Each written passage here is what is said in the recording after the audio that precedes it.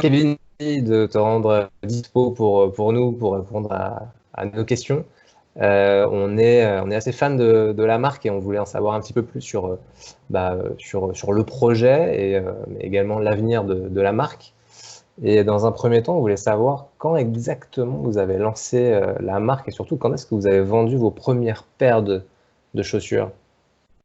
Alors, le début de la marque, ça date de 2016. En tout cas, le début de l'idée, les premiers prémices, les premiers échantillons, la recherche de nos partenaires au Vietnam, tout ça, ça date de 2016. Et le lancement de l'activité, les premières paires vendues, c'est exactement le 25 avril 2017, puisque c'était la date de lancement de notre campagne de crowdfunding sur KissKissBankBank à l'époque. Donc on avait fait, je crois, un mois et demi de campagne et on avait dû livrer les premières paires à nos clients en juillet 2017. Ok, donc là, ça fait 3 ans, quasiment jour pour jour, que C'est ça, l'activité a démarré. exactement. À date, combien de paires de chaussures vous avez vendues? Alors, exactement, je ne pourrais même pas te dire. On doit être autour de à peu près de 20 000 paires. J'ai pas de chiffre exact, parce qu'en fait, j'ai plus les chiffres en euros qu'en nombre de paires, parce que tout dépend si on vend en magasin ou sur le site internet. On va dire à peu près 20 000 paires. Ouais. Est-ce que du coup, d'après vous, d'après vos calculs, etc., avec un peu de recul aujourd'hui, est-ce qu'on peut dire que le lancement de la marque est un succès aujourd'hui? Ouais, oui, bah nous on est hyper content du début de la marque. On est au-delà de nos objectifs. Hein. On a fait pour parler précisément, on a fait une première exercice 2018 avec 150 000 euros de chiffre d'affaires, donc qui était pour nous déjà un bon début pour notre première année. Et la deuxième année, donc 2019, on a fait 500 000 euros de chiffre d'affaires, donc on a eu une très belle progression sur l'année 2019. Et c'est notamment cette année-là où on est rentré dans pas mal de magasins distributeurs en France et en Europe, dont les Galeries Lafayette pour le plus connu d'entre eux. Donc voilà, on ne s'attendait pas à avoir de tels distributeurs aussi vite au bout d'à peine 2 ans d'existence. Donc on a eu des résultats au-delà de nos objectifs.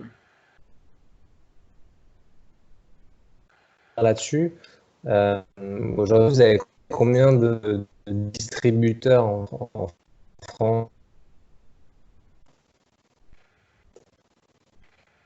Alors ça a coupé, mais j'ai cru Ouais, comprendre que tu me demandais le nombre de distributeurs. ouais, le nombre de distributeurs que vous avez en France, j'ai l'impression que ça a été assez rapide finalement le fait d'avoir des distributeurs et d'être distribué dans toute la France, mis à part le site internet.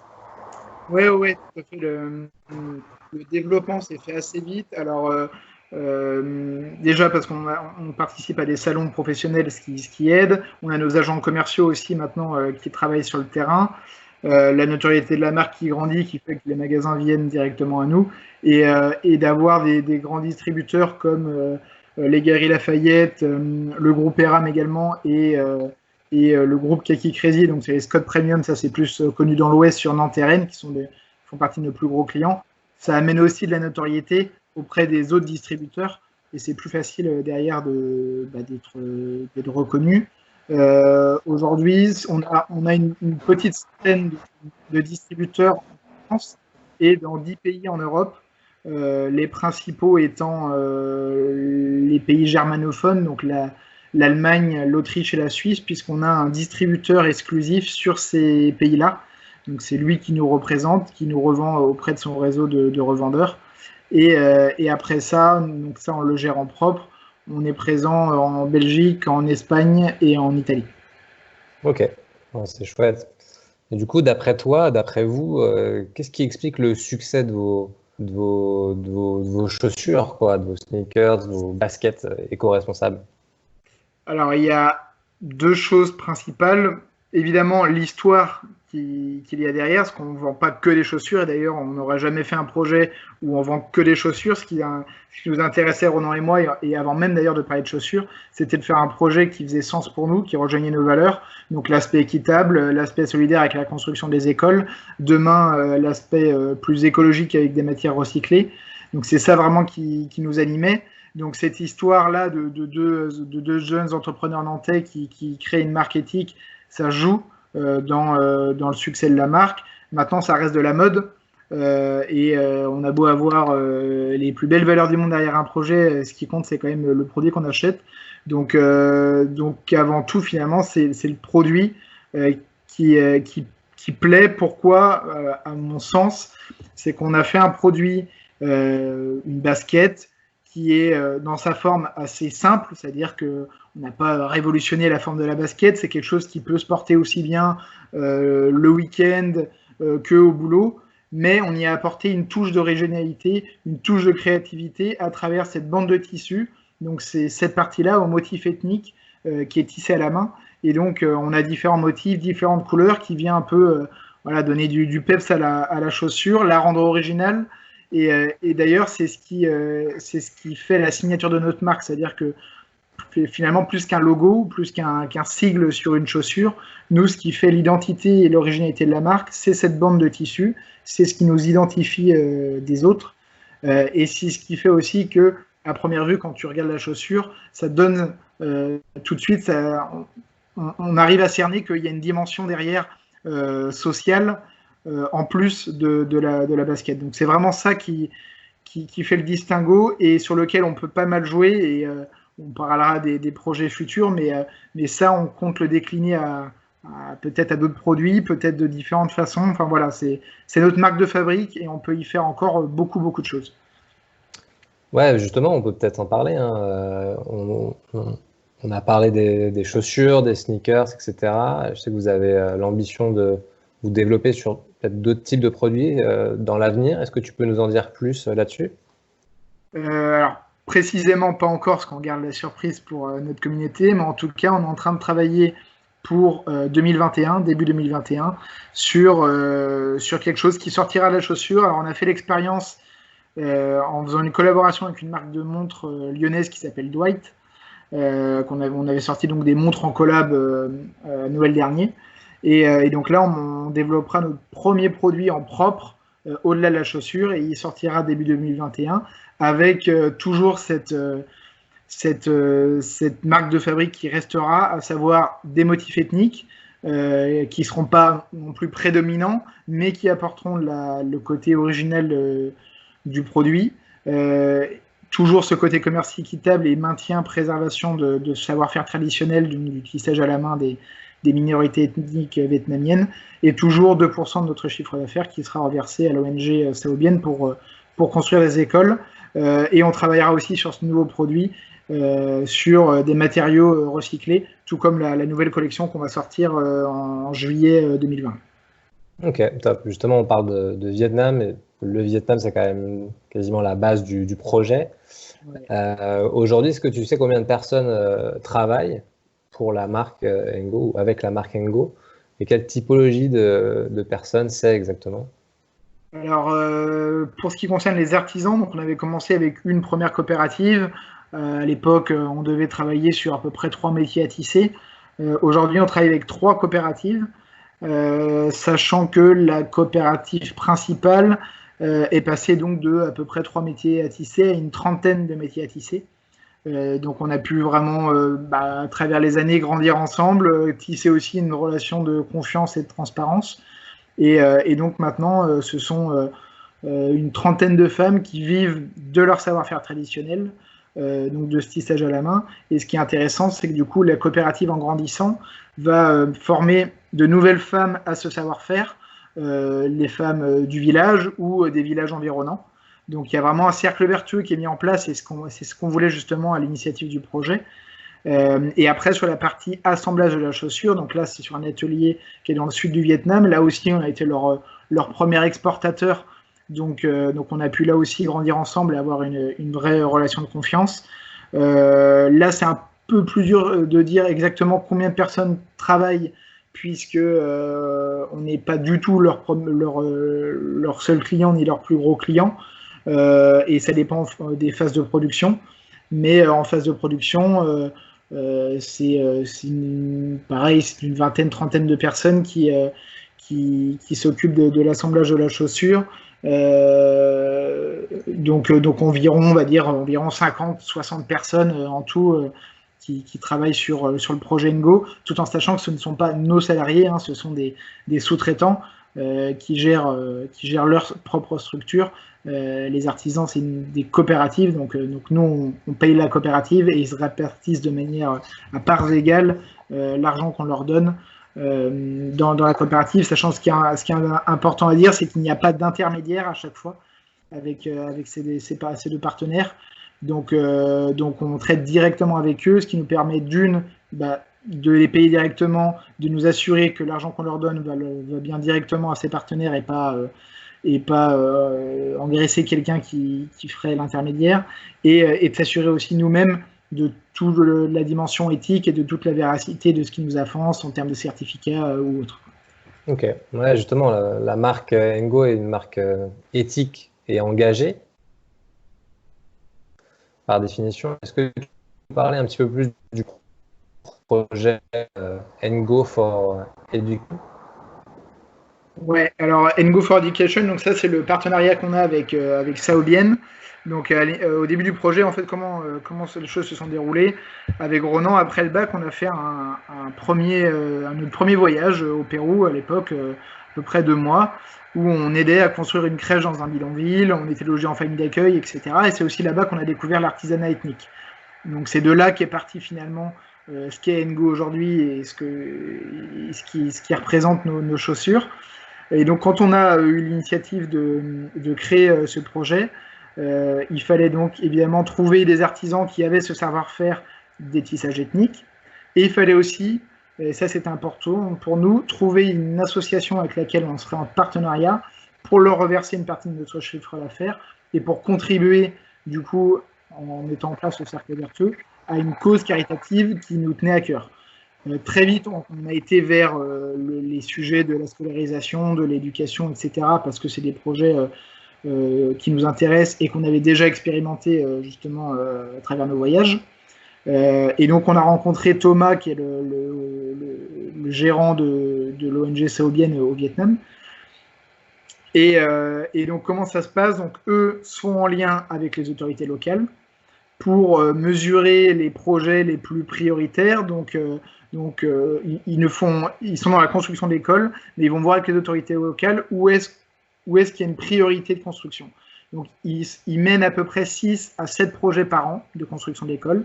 Ils nous font un rapport annuel avec les différents projets de l'année, et nous, on choisit sur quel projet on souhaite se positionner pour venir financer les écoles, sachant que les premières écoles, on était à 1/4 de financement. Aujourd'hui, on est à 3/4 de financement sur une école, et donc on va terminer notre 4e école cette année. C'est à peu près 50 à 60 élèves scolarisés par école, âgés de 6 à 11 ans. Et donc, c'est des écoles qui sont dans des villages très reculés au nord-Vietnam, très difficiles d'accès, où ils sont dépourvus d'infrastructures. Et donc voilà, c'est ce genre d'école qu'on construit, et donc on va bientôt communiquer là sur la 4e qui devrait être terminée une fois le coronavirus terminé. Ok, chouette initiative en tout cas. J'imagine que les marges sur les produits ne sont pas extraordinaires.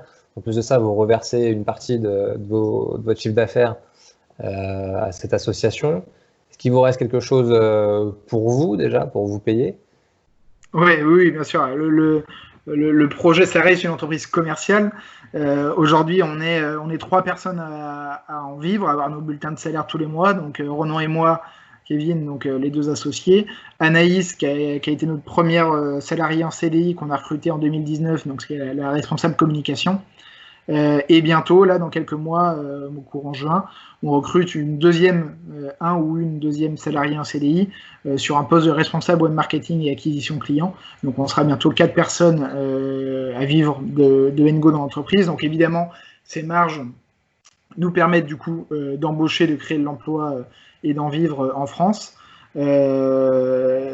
tout en rémunérant de manière juste les personnes avec qui on travaille sur le côté production de ces chaussures. C'était le but évidemment du projet, et pour autant d'avoir des prix non pas exorbitants, alors déjà qui se justifient aussi parce qu'on reste sur de l'artisanat vietnamien qui n'a évidemment rien à voir avec une production made in France de A à Z, ça va de soi. Et aussi la volonté de faire pas ou très peu de promos et de soldes et du coup d'avoir des prix juste toute l'année. Donc en ce moment là, finalement les plus grosses promos qu'il peut y avoir, c'est quand on arrête un produit ou qu'on fait une nouvelle version d'un produit, du coup on le déstocke, donc là il peut y avoir des promos plus conséquentes. Mais mis à part ça, sauf caractère exceptionnel comme là le coronavirus, par exemple, on a rarement des promos ou alors qui dépassent rarement 15%. Quoi. Donc ça, c'est notre souhait d'avoir des prix qui sont justes et qui sont justes toute l'année, mais pour autant qui évidemment nous permettent d'avoir une marge suffisante d'une pour être présent en magasin distributeur et de deux pour faire vivre les personnes qui travaillent au Vietnam comme en France avec la création d'emplois notamment. Ok, chouette. Et du coup, tout ça piloté de Nantes, je crois. C'est ça. De Loire-Atlantique. Est-ce que vous vous rendez régulièrement au Vietnam? Il y a quelqu'un chez vous qui est responsable peut-être de la liaison? C'est peut-être Ronan ou toi? C'est Ronan, et ça c'est un point clé aussi de notre projet. C'est-à-dire donc nous on est nantais, donc notre ville de cœur oblige, les bureaux sont à Nantes et je pense que ce sera toujours le cas. Maintenant, Ronan, lui, a vécu 5 ans au Vietnam. Donc depuis le début du projet, en fait, on a toujours été habitué à travailler à distance, ce qui nous a permis de rechercher plus facilement nos partenaires, nos fournisseurs, de tisser un vrai lien de confiance au-delà du lien professionnel et surtout, comme je disais tout à l'heure, de pouvoir s'assurer nous-mêmes de nos propres yeux de ce qui se passe là-bas. C'est-à-dire que quand un atelier de fabrication vous dit oui, on respecte les salaires, les conditions de travail, les assurances, qu'il y ait une cantine à disposition, qu'il y ait respect des conditions d'hygiène, de sécurité sur place, etc. Pour moi, la seule façon de s'en assurer, c'est d'être sur place au moment de notre production et de pouvoir le voir de nos propres yeux. Et du coup, le fait que Ronan ait habité là-bas pendant 5 ans, ça a permis ça.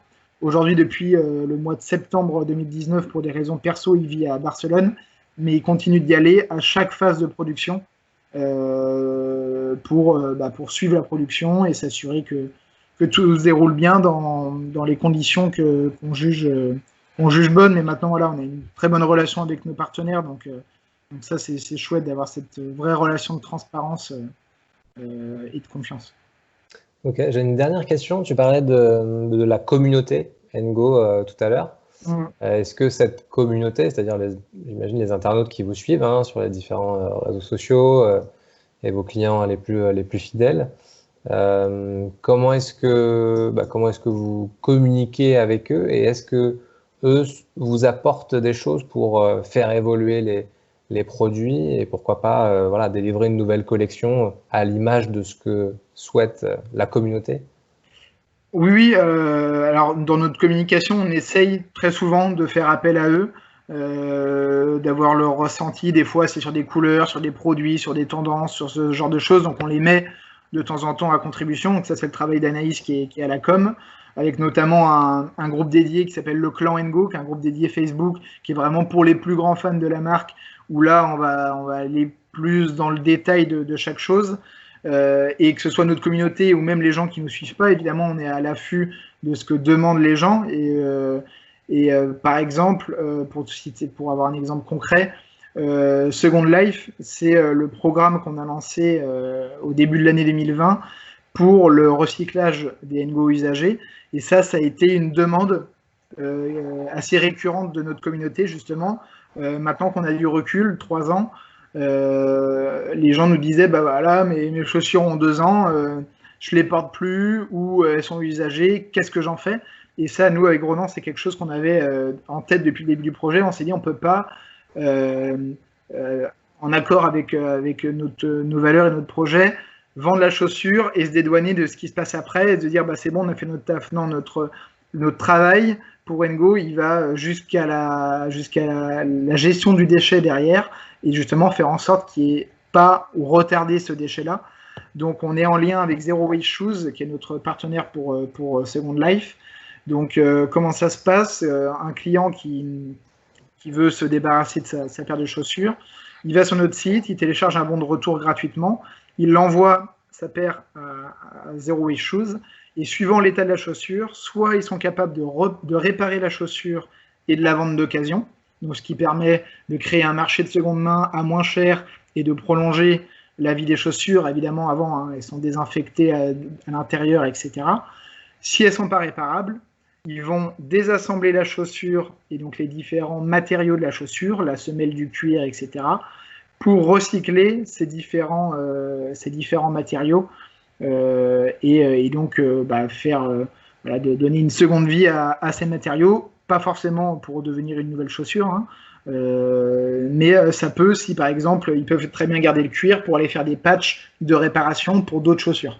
Voilà, donc ça c'est quelque chose vraiment qui était voulu par Renan et moi et qui a été en plus demandé et poussé par nos communautés, et on y a répondu du coup au début de l'année 2020 avec cette solution Second Life. Ok, bravo pour cette initiative, c'est hyper cool. Voilà, écoute, c'est tout ce que voilà, j'ai épuisé mes questions, c'est très intéressant. Je trouve que c'est une superbe aventure pour le coup. J'espère qu'elle va continuer longtemps. On espère vous retrouver très vite pour de nouvelles collections et de nouveaux produits. On sera content de mettre en avant, notamment sur l'Homme Tendance et sur nos différents réseaux. Avec plaisir. Bon, merci en tout cas, et puis à très bientôt. Ça marche. Merci Guillaume. Salut Kevin, à bientôt.